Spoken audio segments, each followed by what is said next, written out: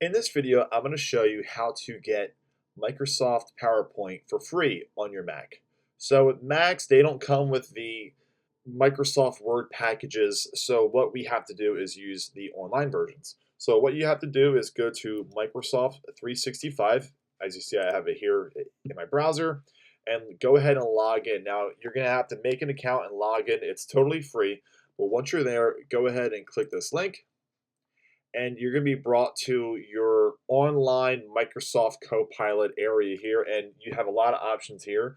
But what we can do is go to your PowerPoint, and you can make your own PowerPoint like the same that you would for any other kind of project or a business project, anything that you need. So we can go to blank presentation, and here it is. This is your PowerPoint setup for your online for free version of Microsoft software. It's on your Mac still.